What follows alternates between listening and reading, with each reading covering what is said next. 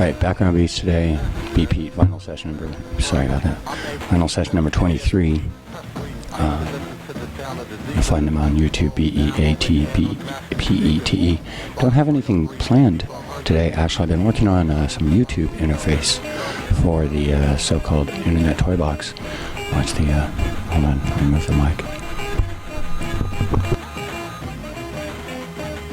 Anyways, you can see some of the fruits of that labor over at youtube.com/DieMasterMonkey, where most of the time there's this stream running called DroneTV. It's an automated stream. Let's see if it's... Yeah, it is. There it is in the background, actually. Yeah, you can check that out over at the YouTube address, like I said. Anyways, that's running 24/7 when something like this isn't on. Oh, yeah, I guess I should acknowledge I am wearing glasses. Yeah, I don't normally... Yeah, I've never had glasses, so that's good. Yeah, I've got glasses. How are you guys doing? I'm going blind. Thanks, Twitch. Like a lifetime of computers, probably. Okay, so, anyways, been working on some stuff over there that's all about interfacing the toy box code to the YouTube API and that kind of thing.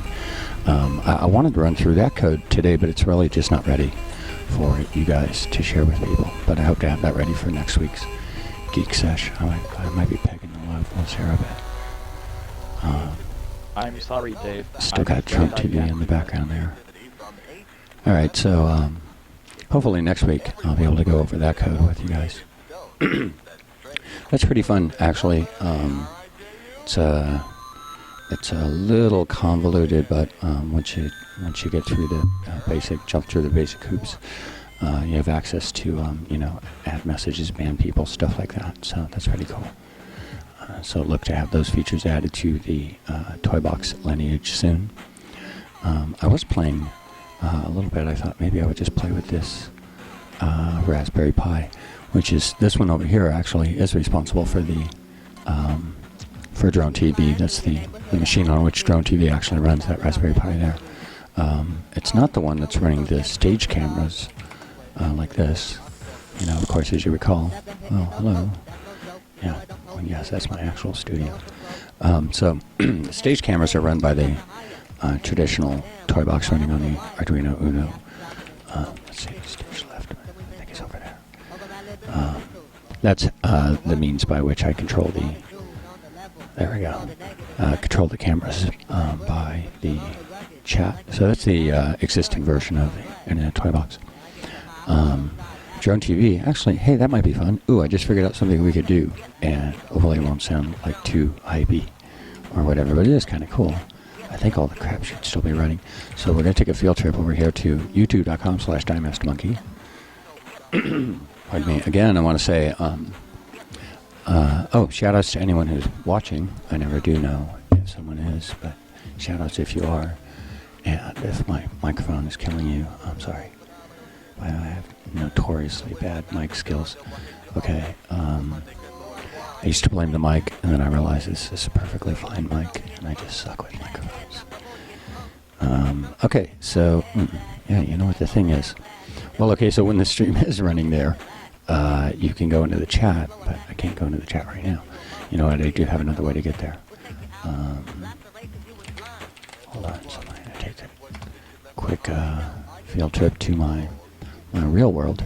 So anyways, I've added to the Internet Toy Box code lineage, although I haven't released that yet, the ability to interface with YouTube as well. So to take commands, you know, for the cameras and stuff, just as we have here, setting cameras to different directions, like, like I said, it's somewhere arbitrary direction right there by saying stage and some number. This is actually the next generation Internet Toy Box. Actually, by the way, I am changing the name to Stage Ghost, which I, you know, finally own all the stuff too, which I didn't for Toy Box. Anyways, this is the new version. The new version I do intend to run on the full-size Raspberry Pi, not the Pi Zero, for a couple of different reasons. But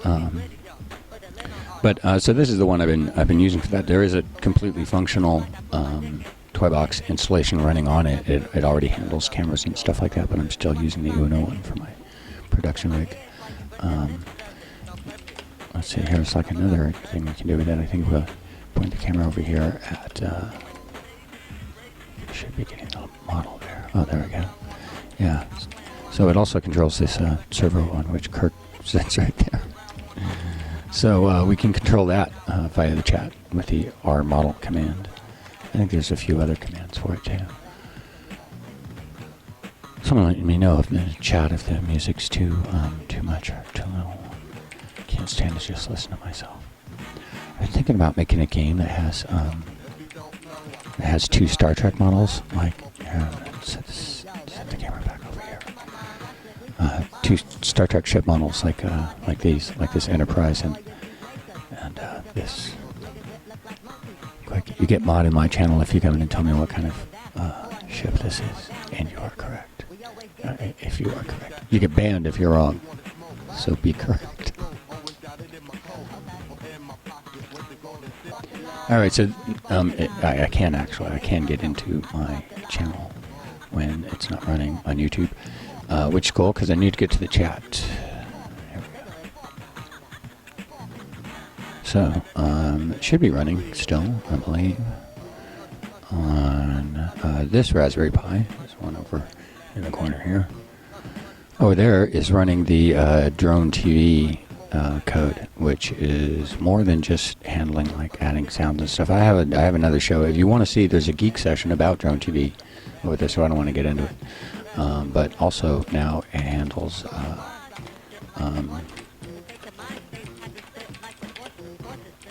it should at least handle auto banning people for expletives. Takes like maybe 30 seconds, or I think up to 60 seconds. I can't remember what all the timers are. Also, there we go. So I'm banned for 90 seconds. It would say my name there, but actually, funny thing, you can't actually ban yourself. Also, by the way, I promise I'm going to show off the code for this next week and show you how to do it. Lickety split, bing, bing, bing. It's pretty easy. Like I said, once you get past the main parts, like all programming. Okay, so hey, something I'm using though, by the way, is you know, this is kind of funny.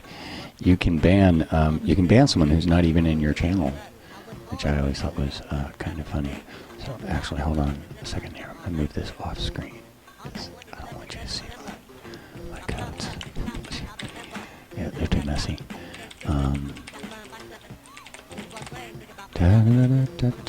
How are you guys doing? Anyways, come in the chat. Why do I tell people to do that and then I'm like not even very social in the chat? Anyways, okay, there it is. All right, this I can show you.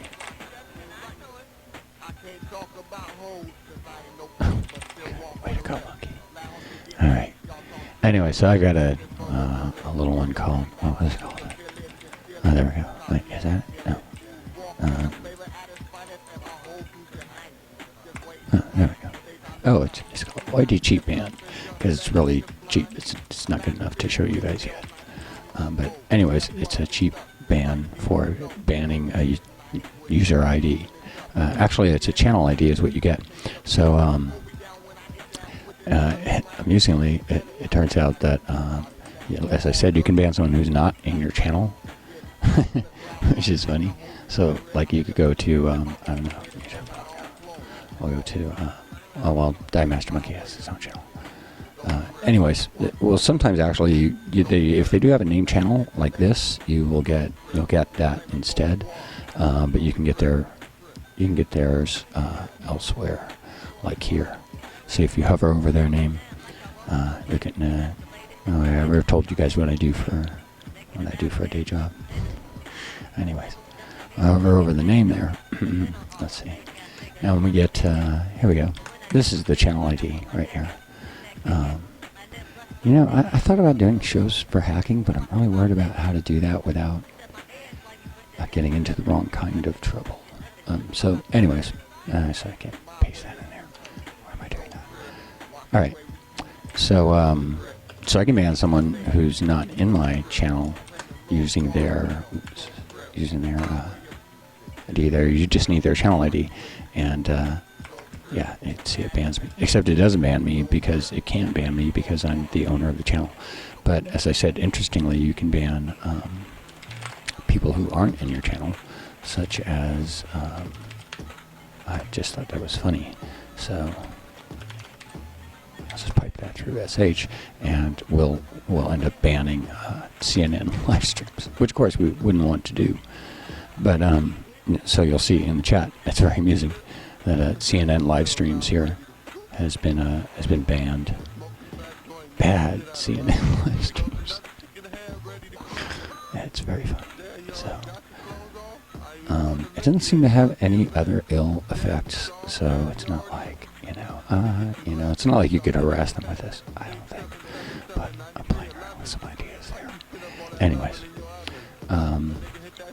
yeah, I can also so like I add sounds to the thing by doing stuff. I can ban sounds. So like if I want to add shortwave radio sounds, I do drone shortwave. Can you guys even see that screen? Yeah, you can see it. Okay. So and it adds shortwave sounds to the whole thing. There's a whole thing about that. Anyways, that stuff I'm going to cover. Yeah, I'm still banned anyways. So that's stuff I'm going to cover on the next show, how to interface to YouTube and all of that. So that's kind of funny though, but you can ban people who aren't in any channel. Only 16 minutes. God, this show is painful. If anyone's in the chat and they'd rather see me do beats or something like that instead, then just say so. And I'll do beats instead, because I like totally do beats instead. What was I playing with earlier? Alright, so one of the other things I've wanted to do with the Raspberry Pi, aside of moving the Internet Toy Box to it, and moving IQ0 to the Raspberry Pi Zero, which I'm still doing, but I want to integrate the OpenAI thing, this cool thing, algorithm gym they have. But one of the other things I've been wanting to do with one is build my own sampler, because I don't really like most of the samplers out on the market. If you've seen my show, it's like 100% sampler based. I'm all about sampling, and I like cheesy lo-fi samplers. Samplers that I can really get into the guts of a sample and like mess around with. That's why I like it. The SP202 is really like one of my biggest tools of choice for that, and the Casio SK1, even though they're both extremely low tech, because of the ways they let me manipulate samples like in real time and stuff. So, anyways, I've just been sorely disappointed with the direction that samplers are going. And now all of them, they use SD cards, which is great for storage, but unfortunately that means there's a read, write, and processing overhead, and time is really the real problem. And so there's just things, again, if you haven't seen my live shows, but there's things that you can do with an SP202, all the memories on board and stuff like that, that you just can't do, with most of these other modern samplers and stuff. So I want to build one that's lo-fi, that allows you to get crazy with sounds and stuff. And I think the Pi might be the platform for it, but it would be all about using onboard memory and stuff. So anyways, that's a whole other thing. I did look at, actually I'm very much an Arduino guy, and I did look at that. Most of them, it's about communication with it. It's about working with an external device, and they all have overheads that are similar to the SD problem I just described with modern samplers. So I guess what I want is an old school fixed memory instant linear sampler. And so if nothing else, the Pi is a good platform for prototyping that. So I was playing around with the idea, nothing more than the idea so far earlier. One of the other things I would like is, and this sounds crazy, but I would like for samples to be like something to be like, if there's 5 pads that like I hit a button and like all 5 pads are random, and if I hit another button, each of the 5 pads is randomly changed or something like that. So I'm thinking like a completely different model of sampler, like a chaos sampler, something like that. So I thought I might play with that a little bit. Along the way to doing that, if you have a Raspberry Pi out there, going to be taking the very first steps here in reading a button. I've actually already covered outputting to, Captain, we're being attacked by a momentary push button.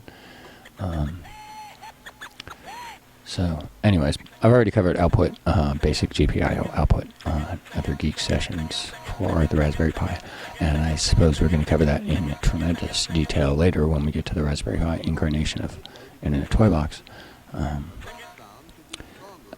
But in terms of input, I haven't really mentioned that, and of course this is covered extensively in many other places, but maybe you're bored and you'd like to hear somebody talk about it. So, that's what I'm going to do. Okay, so GPIO, the GPIO interface on a Raspberry Pi is coordinated through device files. I can't remember exactly what they are. That's why I make little scripts for myself. Oh, okay. And they live in places like sys class GPIO. Okay. In there's a driver called export. Actually, if you'll notice that not all of the GPIO pins are in there. I think there's, what, 42 or 40 or something like that. Or 40 pins at least. Anyways, they're not all in there. To get one in there so that you can interface to it, you send the number, and I hope I'm doing this correct, to there. So you can do that from the command line, actually, just like this. Or you could open it and write to it as a file, if you like. It's just called export. There we go. Now if we do another listing, we'll find that, what was it I added? Oh, 13. 13 has been added. That's been negotiated through this export driver here. Let's see, I wonder what the hell that is. Let's find out. If you're not familiar, the file command in Unixes will tell you what kind of file because it's not real. Never mind. What kind of file a file is. Since I just now said what that is, I should give you an example. For example, if you say which vi, and you're like, what kind of where's vi? And of course you're familiar with that, but maybe you're not really sure what kind of file it is. Well, you can say file user bin vi, like that, and it will tell you that it's a symbolic link, actually. Thanks a lot. So, what we can do, file etc alternatives vi. There we go. And it's, my goodness, and it's a symlink as well to, well, that's interesting.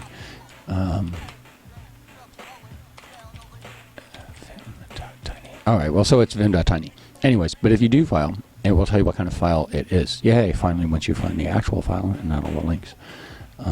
Certainly, there's probably a way to follow all that, resolve all the links anyways.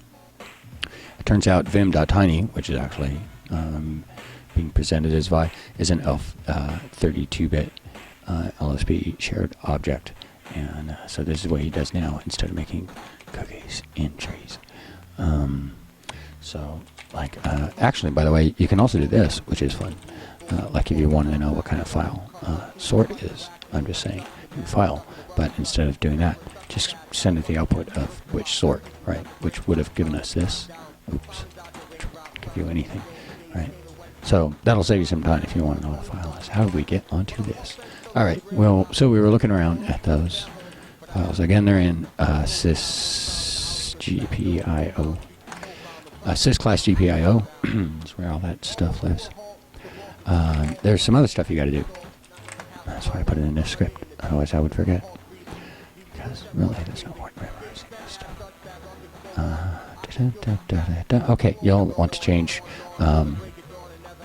the direction of the input. If you want to read things, you'll need to set it as an input. If you want to write things, like to an LED, which is off screen for some reason. Why did that happen? It's the DroneTV robot, DroneBot. He's holding an LED, and when people make requests, he flashes the LED. And he does it by this mechanism. He does by first echoing, or again, I said you could open it as a file or whatever if you're using a library. I'm sure they have a method for this. So you will echo that to the pin that you want to work on. Just like, oh man, that's hard for you guys to read. I Again, background beats today, BP vinyl session number 2323. You'll find them on YouTube, VEATPETE vinyl session 23. So you'll need to send the string out, yes, isn't that kind of cool, to this driver, which will live in the GPIO directory and the GPIO pin number that you set up before in the previous step / direction, right? So you just send it exactly just like this. Only if you wanted an input, then you would just send in. And don't say both, because that won't work. I haven't tried it. Just assuming. And this very last part here, you will find is an example of how to use. It looks like I waked up BP there a little bit myself. And here's how you would send a value to it. Right. So if you were using it as an output, you can send a value by echoing or writing again the file if you like, whatever. By setting the value of this file to 0, or I would set it to 0 or 1. There we go. I turned the LED on by setting it at 1. Move the camera a little bit here.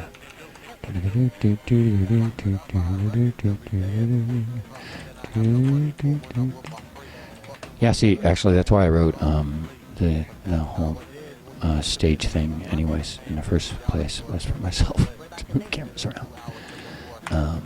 Okay, so there you go. Now I sent that to pin 21, and the LED turns on, and when I send a 0 to pin 21, the LED turns off. Why is that? That's because I'm not moving the camera all the way over there, by the way. That's because out of the GPIOs here, off the very top rail, that is to say the one closest to the USB ports and stuff, I've taken the very top 2 pins, which are conveniently a ground and signal pin, GPIO 21 to be exact, and connected them to this LED without a resistor even. What a brute. Yes, it's true. Okay, so, but what about that number? Like, oh, why is that the number? Well, here we go. Oh, God, it gets so painful. Raspberry Pi people, what's up with your numbering, man? Like I said, I'm an Arduino guy mostly. Okay. But, anyways, so, don't be confused, but there's this crazy pin numbering scheme at work on the Raspberry Pi, so you're going to need a diagram like this one from Jamaica, which is pretty good. Adafruit has a really good one too, actually, that I would print out over there. Anyways, and as I said, I'm using these top two pins here, which are negative and GPIO 21. It says pin 40 because that's the 40th pin, but the pin number to use is 21. So again, if you're like trying to do this and it's not working, it's driving you crazy, make sure you have the right diagram. And by the way, because the pinouts have changed a little bit over the years, just to keep you on your toes, you know. So again, we're working with GPIO 21. This is the top one up here. If you can, you maybe could barely see, well, not really, because his hand's obscuring it, but his LED is plugged directly into the top 2 pins there. This is the bottom, which on some diagrams they show, maybe you can't see me pointing, stupid monkey. On some diagrams they show the bottom like curved so that you can see that's the bottom of the board, as the bottom of the board is curved over here. But just remember that on the Raspberry Pi this is the bottom, so they start numbering over here. It doesn't really matter much because there's no way you're counting your way across these. They have these things that are pretty convenient that you can plug in, like I have one right here. Alright, you could wire up your own, I guess. I'm using one here on the using one here on the next version of the toy box. They're really not even that convenient, to be frank. It's the whole thing with peripherals, accessing peripherals on Pi. It's a major pain in the butt, you guys. You really gotta get that cleaned up. So, alright. Back to this. Alright, so that's how to write, right? That's how to write a value. I'm going to turn the LED back off. As you see, again, that's how that works. Sorry, sometimes I do things twice because I do it once with something blocking my screen. I can't see if you guys saw it. Okay, so there you go. There's me turning it on and off. Yay. Reading works pretty much the same way, except for, remember that part where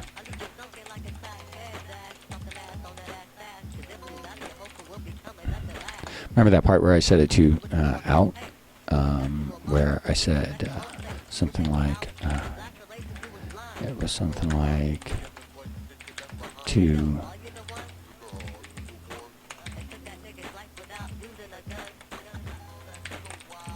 right? It was something like that. And then we were able to send ones and zeros to it and have it do stuff. If you don't, by the way, it won't. So if it's not doing that, make sure your pinouts are correct, which they probably are. And, pardon me, and make sure, what did I just say? Make sure the direction has been set. I don't know if there's a default.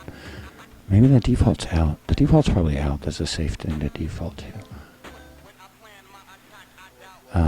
Now, if you wanted to go in, obviously, you're going to need to change that to in, which I don't want to do, because I'm using that as an output.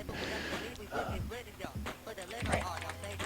However, I am apparently using pin 24 as an input port. Why am I doing that? Yes, I am. Okay. Pin 24, which is down here. Why am I using that one? Oh, GPIO 24. Ugh, God, I'm telling you, these seriously, these diagrams are an endless source of aggravation, especially for an Arduino guy who's used to just looking right at the board where the numbers are right on the board. And the numbers are the real numbers. You don't have to like cross-reference to it. All right, enough. Well, GPIO 24 is conveniently located right next to a 3-volt power supply. So it saves me the trouble of having to break anything out. So I just took one of these two-conductor wire here and plugged it right in there. Put one side into one side of the switch, the other side into the other side of the switch. Yes, with no ground. So it's a floating ground. What a brute. Yes, I am. But as I said, for our purposes, this is fine. And as aforementioned, we will have to set the direction, right? So we have to do it just like this. Darn it, again, you guys can't see that. There we go. Only I'm using what pin? 24. See, it says 18. It's pin 18. It's called GPIO 24. That is just endless source of amusement. Okay, so now GPIO 24, i.e. pin 18, is now set to an input, right?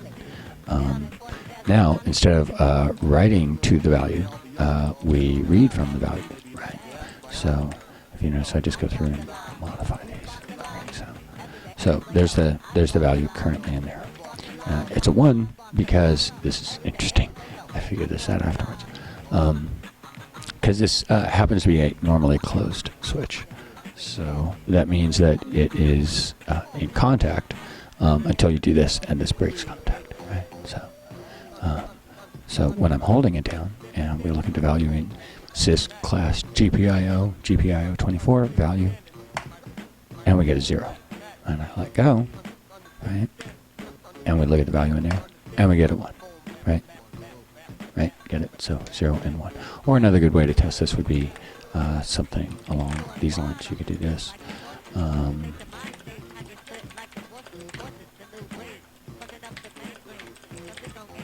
There you go.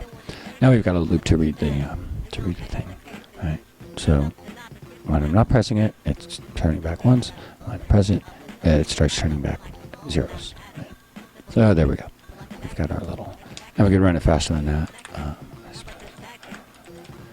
Actually, the thing about sleep is, does this sleep have a smaller than 1? I can't remember.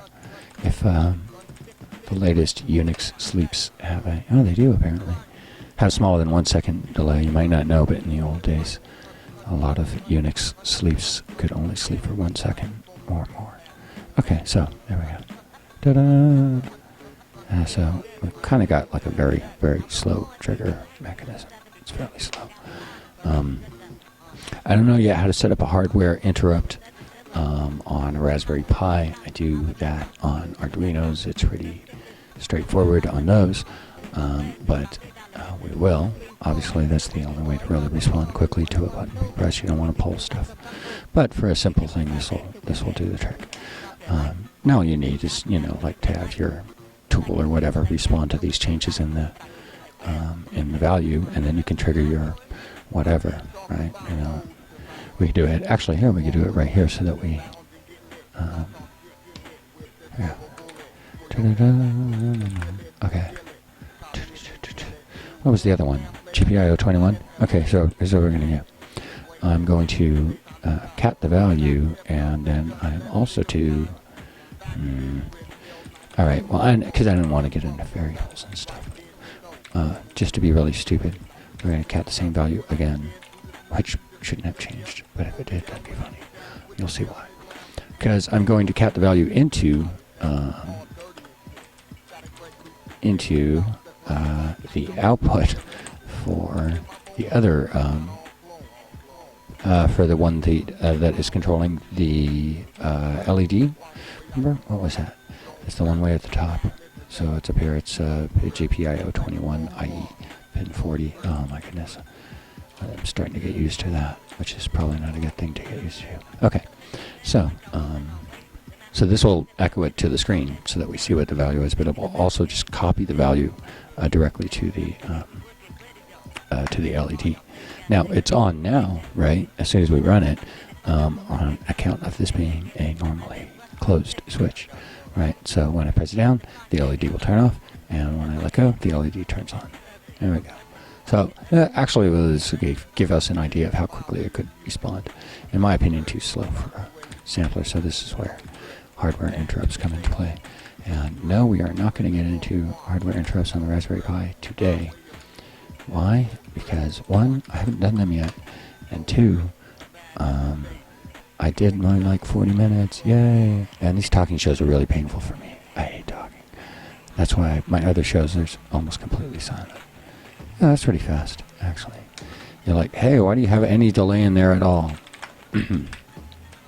Well, because I've been doing Unix a long, long time, young sirs and madams, and I know that a loop with no throttle is a very dangerous thing when it runs out of control. So, yeah. So, anyways, this is not the way to do it, but it's a fun exercise. Okay, well, so we are done with that for the day, and I left the light. I left the light on. I gotta turn it back off. Oh, background beats again. One final acknowledgement: background beats today were provided by, without their knowledge, BP Vinyl Session number 24. They're on YouTube. BEATPETE. By the way, I just now remembered one thing I briefly mentioned and didn't talk about was something I'd hoped to make, a game where you play with micro machines mounted on servos, where viewers could play with micro machines mounted on servos and aim them and shoot them at each other. I thought it'd be fun. A fun thing one could do with one's internet toy box. As I said, expect a big update on that. Hopefully next week. I'm going to unveil the YouTube interface for Internet Toy Box, aka Stage Ghost. As always, there's still plenty of information about that at the URLs above here, hackaday.io/diemastermonkey. Oh, I hate talking. Terrible at it. If you did tune in or you're watching the replays, thank you very much for doing that and putting up with more of my horrendous microphone skills.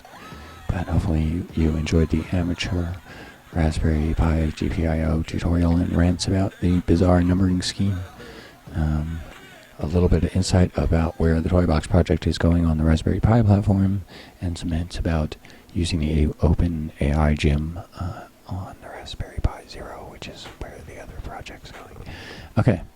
Hope you guys had a good time. Do check out DroneTV. It's youtube.com/diemastermonkey later tonight, and pretty much any time that one of these other streams isn't on the tube. In the meantime, as always, stay true, stay low, monkey out.